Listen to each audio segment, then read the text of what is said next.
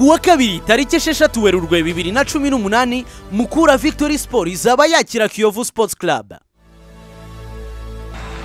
Umutwe igitego cyiza cyane.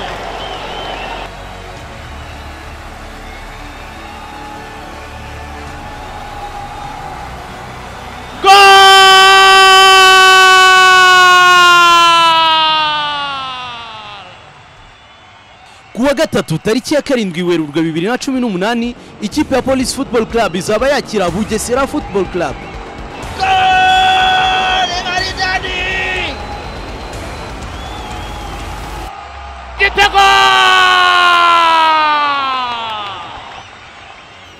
Iyi mikino yose na handi ushobora kuyibona atari kuri Azam TV.